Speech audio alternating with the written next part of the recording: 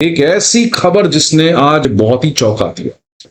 खबर ही कुछ ऐसी है फ्रेंड्स। हुआ क्या है, सीआईए के एक विसल ब्लोअर, उनका कहना है कि पाकिस्तान के तमाम न्यूक्लियर आर्सेनल्स, कंप्लीट जितने भी न्यूक्लियर आर्सेनल्स हैं, वो सब यूएस के कंट्रोल में। अब सवाल तो उठेंगे कि क्या पाकिस्तान को न्यूक्लियर वेपन खुद अमेरिका ने दिया? A senior Pakistani military officer told me recently that the Pakistani government has placed command and control of their nuclear arsenal under the command of an American general. And so that's good enough for the Indians, and the Indians have backed off. Pakistan की जो nukes हैं वो एक American general के command में के अंदर हैं और उससे भारत को थोड़ी सी शांति है। नूर खान एयरबेस के अंदर अमेरिका ने टेक ओवर कर लिया है इनके न्यूक्लियर एसेट्स को, यानी कि जो ये न्यूक्लियर बम हमारे पास पाव के हैं जो हमें धमकियां देते थे, आज यूएसए ने कंट्रोल कर लिया उस स्ट्रेटेजिक एयरबेसिस को भी और न्यूक्लियर वेपन्स को भी। पाकिस्तान के पास कोई चारा नहीं बचा है, वो पूरी तरह से अमेरिका के रहमो करम पर आ गया है, खास तौर से तब जब ये भारत ने ऑपरेशन सिंदूर करके और पिटाई करके ये जाहिर कर दिया अमेरिका कभी न्यूक्लियर आर्सेनल यूज करने की अनुमति देगा नहीं। अब हमें यह पता चल गया है कि अब दुश्मन की तैयारी तकरीबन आखिरी लम्हों पर पहुंच चुकी है। अगले किसी भी दिन, किसी हफ्ते, अगले आने वाले चंद हफ्तों में वो किसी भी वक्त दोबारा हमारे ऊपर हमलावर होगा। हम इधर जंग बंद करके मौजें करते फिर रहे हैं, सेलिब्रेशंस भी हमने कर ली, प्रमोशंस भी हमने ले ली, फिर यकायक ख्याल आया कि नहीं भाई ये तो वाकई एक सीज फायर है। चीज में इंडिया को कम्पीट नहीं कर पाते। एक चीज है जिसमें हम कम्पीट करते हैं वो सिर्फ है प्रोपोगेंडा, कि हमारे मीडिया सेल इस तरह की वर्किंग करते हैं कि एक डर में रखा हुआ हुकूमत को कि नहीं हम यहाँ पे पैसे इसलिए कम नहीं कर सकते कि जी वो फलाना मिसाइल छोड़ देगा। कितनी बड़ी कॉन्स्पिरेसी खेली थी दोस्तों पाकिस्तान के साथ मिलकर अमेरिका, चीन और कई देशों ने मिलकर, जो इन्होंने पाकिस्तान को एटम बम दे दिया। आप सोचिए, जो देश आज तक एक साइकिल नहीं बना सका तो क्या वो एटम बम बना लेगा? सब बकवास है दोस्तों। आज तक कुछ बना इनसे?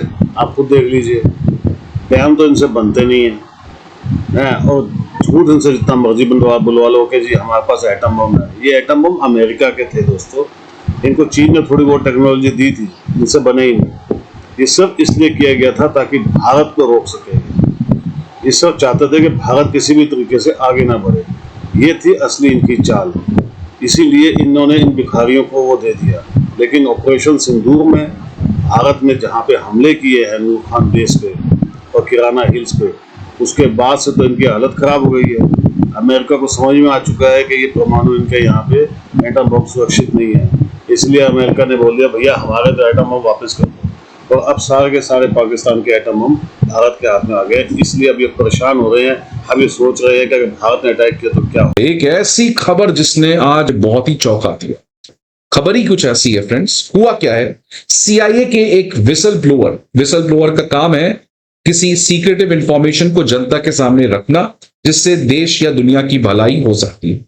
तो सीआईए में एक स्टाफ थे जो पहले काम करते थे, अब इनको निकाल दिया गया है। ये स्टाफ पाकिस्तान में पोस्टेड थे और अब उन्होंने एक बहुत ही इंपॉर्टेंट, शॉकिंग, आश्चर्य करने वाला खबर जनता के सामने रख दिया है। उनका कहना है कि पाकिस्तान के तमाम न्यूक्लियर आर्सेनल्स, कंप्लीट जितने भी न्यूक्लियर आर्सेनल्स हैं, वो सब यूएस के कंट्रोल में। अब सवाल तो उठेंगे कि क्या पाकिस्तान को न्यूक्लियर वेपन खुद अमेरिका ने दिया और इसलिए अमेरिका पाकिस्तान के न्यूक्लियर आर्सेनल को कंट्रोल करता है?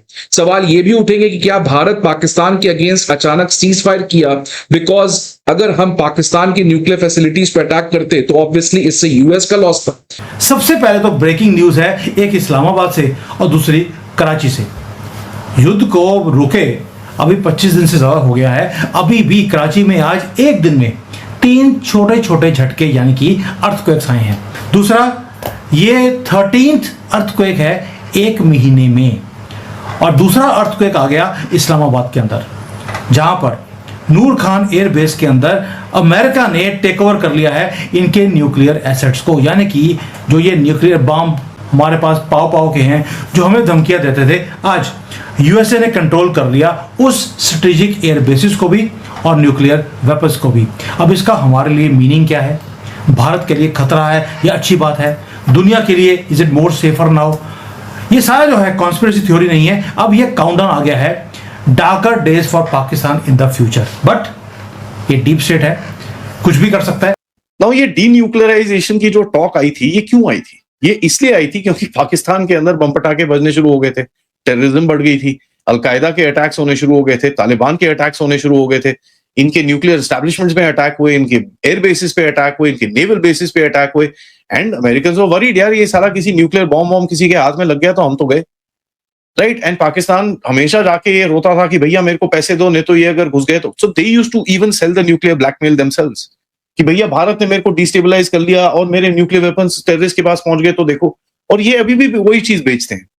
तो यहां पर I think somewhere down the line the Americans would have कुछ तो होगा कि भाई इसको डीन्यूक्लियराइज तो नहीं यार, at least cut off this bloody threat of the nuclear weapons. यही वो गलतियां होती हैं कि जो आगे जाकर कौमों को बहुत भारी कीमत जिसकी अदा करनी पड़ती है। इसीलिए हम कह रहे हैं कि वो जो यूफोरिया था, वो जो खुशी थी, अब जरा काम डाउन हो जाए, क्योंकि अब जरा सीरियस एनालिसिस का वक्त है, क्योंकि अब दुश्मन की तैयारी तकरीबन आखिरी लम्हों पर पहुंच चुकी है। अगले किसी भी दिन, किसी हफ्ते, अगले आने वाले चंद हफ्तों में वो किसी भी वक्त दोबारा हमारे ऊपर हमलावर होगा, और अब की दफा वो हिकमत अमली इस्तेमाल नहीं करेगा जो उसने पहले की थी। पहले उसने अपनी एयरफोर्स सामने लेकर आई थी, जो उसने अटैक शुरू किया था वो एयरफोर्स से किया था। जवाब में हमने अपनी एयरफोर्स ऊपर की, और हमने जो स्ट्रेटजी डिप्लॉय की वो दुश्मन के लिए सरप्राइजिंग थी। दे वर सरप्राइज्ड। इस किस्म की वॉरफेयर वो एक्सपेक्ट नहीं कर रहा था कि पाकिस्तान करेगा। जैसे कहा, नेटवर्क सेंट्रिक वॉरफेयर जो बीवीआरस के साथ हो, और इलेक्ट्रॉनिक जैमिंग और स्पूफिंग, हमने कंप्लीटली उनको डिसओरिएंट कर दिया और वो उनको मार के गिराया गया अल्लाह के फजल से। लेकिन दुश्मन हमारी हिकमत अमली को देख चुका है। अमेरिकन ने, इसराइलीज ने उसको बहुत ज्यादा बैठ के उन्होंने as they say they have gone back to the drawing board and restrategise किया है उन्होंने कि अब पाकिस्तान पर हम किस तरीके से आएंगे। और जाहिर है कि अब उनके जो थिंक टैंक्स हैं, उनके जो एनालिस्ट हैं, उनके जो मिलिट्री प्लानर्स हैं, वो ये देख चुके हैं कि अगर पाक फजाइया हवा में बुलंद हो गई तो उसके बाद इंडियन एयरफोर्स के पास कोई चांस नहीं होगा।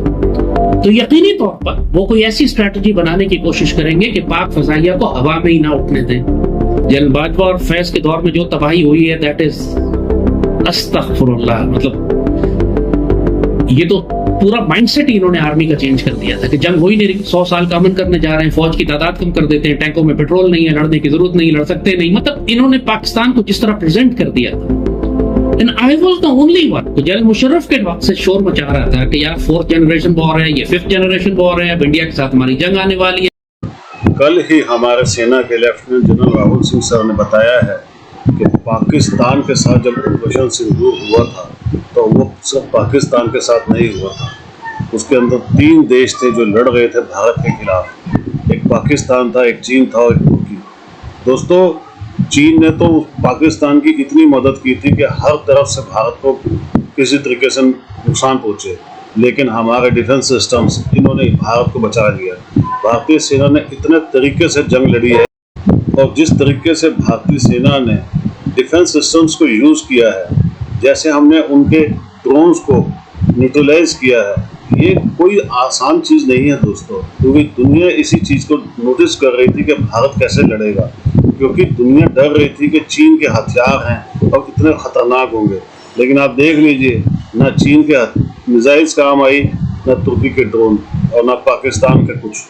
क्योंकि ये दोस्तों, जंग लड़ने के लिए कुछ दिमाग चाहिए और कुछ हथियार चाहिए। इनके पास ना दिमाग है ना हथियार है। चीन इनको हथियार दे सकता था, लेकिन ना वो लड़ने की। आप देखिए ना, पिछले 3-4 जितनी भी जंग हुई है, पाकिस्तान आज तक कभी जीता ही नहीं है। क्यों नहीं जीता है? क्योंकि पाकिस्तान की एक आदत है, पाकिस्तान की सेना कभी लड़ी नहीं है। इन्होंने हमेशा ही अपने मुजाहिदीनों को भेज दिया है, टेररिस्टों को भेज दिया कि जाके भारत से लड़ लो। इनकी सेना तो आप जानते ही हैं, इनकी जितने भी फौजी हैं, इनके तो अपने बिजनेसेस हैं। ये तो रोटियां बना सकते हैं, पापड़ बेच सकते हैं, लड़ नहीं सकते हैं, और इसी वजह से भारत इनको हराया है। अब ये परेशान हो रहे हैं क्योंकि इनके जो न्यूक्लियर बॉम्ब्स थे वो सारे के सारे अमेरिका ने कब्जा लिए हैं, क्योंकि उसको पता लग गया है कि ये नालायक हैं और ये हमारे बॉम्ब भी, न्यूक्लियर बॉम्ब का भी सत्यानाश हो जाएगा। जैसे भारत ने किराना, और आपने देखा ही नूर खान बेस के ऊपर किया था। चीन भी परेशान है, चीन कुछ कर ही नहीं सकता, क्योंकि चीन भी जानता है कि भारत के खिलाफ मेरे को एक गधा मिला हुआ है, इसको वो इस्तेमाल करता है। खैर दोस्तों, वीडियो कैसी लगी कमेंट्स कीजिएगा, वीडियो को लाइक और चैनल को सब्सक्राइब जरूर कीजिएगा। Thank you.